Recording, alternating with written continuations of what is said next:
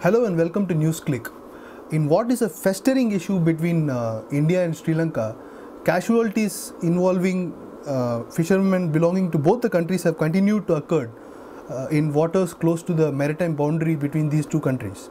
Only recently, the deaths of two fishermen allegedly at the hands of Sri Lankan Navy personnel, and later the arrests of Indian fishermen crossing the maritime boundary in Sri Lanka has created some kind of a diplomatic row between these two countries.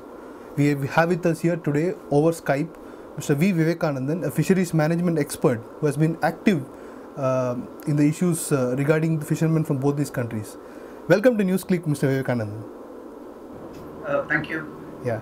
Vivek, you have in your writings pointed out that more than this being merely a boundary issue, there is an issue, a problem with respect to fishing management and resource management involved here. Basically, at the popular level, this is seen as a boundary issue. There are three kind of scenarios that the general public has been led to believe due to media reports. One scenario is that fishermen are one scenario which was there much earlier. Now I think less and less people think on those lines. One scenario was that fishermen unknowingly cross the border, or alternatively there is this whole Kachati. Most people think that fishermen are fishing around Kachati. Right. And if Kachati had been part of India, they would have been fishing there. Right. So it's basically people are fishing close to the border, and therefore they are getting caught. And this is an accidental or an incidental affair. So that is one kind of a scenario that many people believe. But the reality is, our fishermen are going deep into the Sri Lankan waters, almost touching the shores of Sri Lanka, and involved in fishing. So this is a different kind of a problem where our fishermen are found deep into the territory, right next to their shores. So that is the first important point to understand. Now, one issue is, is this something wrong? Is it a matter of right? Well, there is a rights issue. When we talk about the boundary issue, we will get into that. Whether you have a right to do that, and is it something that has been sort of lost due to mishandling of the border issue by our respective governments. So that is one kind of thinking. The other issue is, why are people doing this? Is something that one needs to understand. The scale on which it is taking place and why it is taking is very important to understand.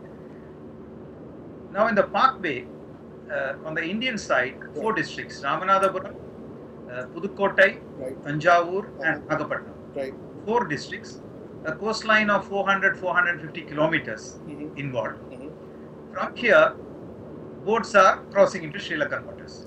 Now, if you ignore Nagapattinam, the remaining 3 districts, we have the rule where our mechanized boats, particularly the trawler, fish 3 days a week. Now, on those 3 days a week, at least 1,000 boats cross the maritime boundary and go deep into Sri Lanka. So it's a very large scale, literally an invasion by Indian fishermen in Sri Lankan waters. Why do they have to cross the maritime boundary? See, one important reason is parts of the Park Bay, especially if you take Rameshwaram, the international boundary is very close. It's probably something like 6-7 nautical miles away. Boundary.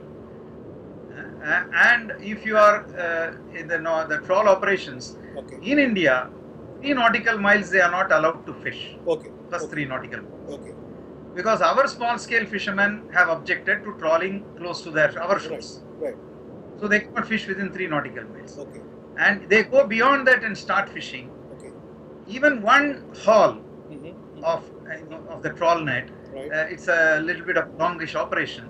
You will end up automatically on the Sri Lankan side. So literally there is no space on the Indian side. The Sri Lankan border is very close. So that is one area. the rest of Park Bay, the distances are not so close, but still it is still reasonably within reaching distance. Now the second point which is important to understand is basically resources now on our side for trawling very limited and also overfished.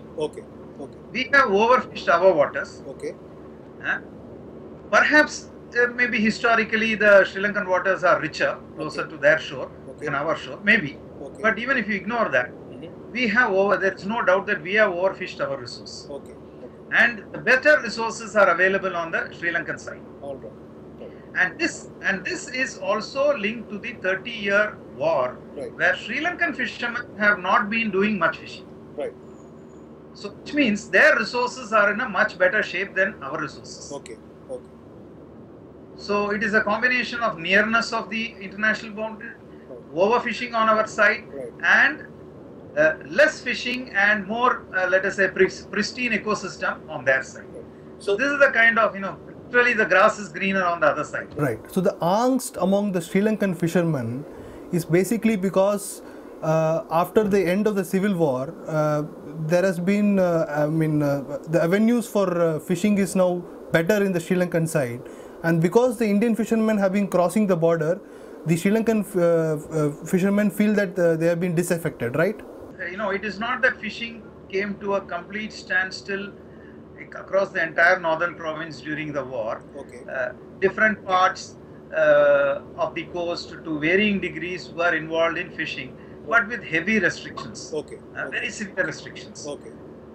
Even those days, this problem was there. It is not that it is entirely new. But during the war, for them, this was, let us say, a lesser of the problems. Their basic survival in a war situation was probably paramount. Second, they were in a relationship with India where anytime they will have to, migrate and come as refugees. And many of them did many times during the war. So they were not really, keen on taking this issue up. But in 2006, when there was a truce, at that time, already there was a clash between the Indian and Sri Lankan fishermen.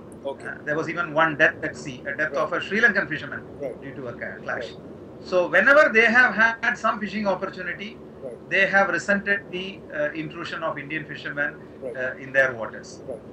Let us now examine the issue that's being talked about in political circles in Tamil Nadu. Elections are due and therefore this issue is a raging issue. Political parties in Tamil Nadu have blamed the Kachativu agreement, which you pointed out yourself as well, signed in 1974 between these two countries. Why is this issue being raked up again and again? And do you think there is a basis to the argument that the Kachativu agreement is one of the key issues in this whole problem? See, the Kachativu agreement at the moment is largely, not the real problem. So it's peripheral. At the moment, even if the government of India and the government of Sri Lanka, are ready to, let's say, re-examine the agreement and talk about either giving back Kachativu or allowing fishing around Kachativu as is being talked about. The problem of fishing that our people are doing will not be resolved. Because we have a large fleet here. And this fleet has expanded due to the war. This is one of the agreements. The war in Sri Lanka, which is, actually it was a risky proposition fishing in Sri Lankan waters during the war. But also the payoffs were huge. So the fishermen on the Indian side invested heavily and increased the capacity, and the government turned a blind eye to this capacity expansion. More than doubled our fleet size during the, So we cannot manage, even if today some bit of the area is given back to us, sea area, which includes the Kachativu. We have a huge demand to fish that we will not be able to manage with that. So it doesn't resolve the issue. But on the other hand, there are certain issues about the Kachativu agreement from a fishing point of view and fisherman point of view, which are still important. It's not that it is unimportant. You see, the Kachativu agreement while it specified a boundary, it also interestingly gave some provisions for continuation of the activities of the fishermen. Okay. One, it allowed the possibility for fishermen from the Indian side to go and participate in the annual church festival in Kachativu. It also provided for the possibility of Indian fishermen continuing to use Kachativu for drying their nets and fish. Because actually the drying of fish, etc., today is not a very relevant issue, because those days we didn't have motors. Most fishing, the 50s, 60s historically was without motors. So our people didn't have the range. Today they can go up to the Sri Lankan shore and come back the same day without too much of a hassle. Those days you have to use Kachativu as a base for fishing. Dry your nets, that your fish. Now that is no more relevant, but that right was also protected by the Kachativu Agreement. The third thing, which is a little bit of a general statement, was all activities that was hitherto done traditionally will continue to be done in each other's waters. Which, in our opinion, includes fishing. So the agreement of 74 actually was not really aimed at curbing fishing. So in 76, when all the three borders were sort of finalized, there was a kind of an exchange of letters between the two foreign secretaries. And that letter from the Indian side clearly states, henceforth, since we have the borders in place, fishermen will not cross over. Either fishermen will not fish in the other waters. So apparently this also constitutes a kind of an agreement, exchange of letters. So what the Kachativu Agreement gave to the fishermen as a right to continue their normal traditional activities was sort of, let us say, withdrawn or denied through this subsequent exchange of letters.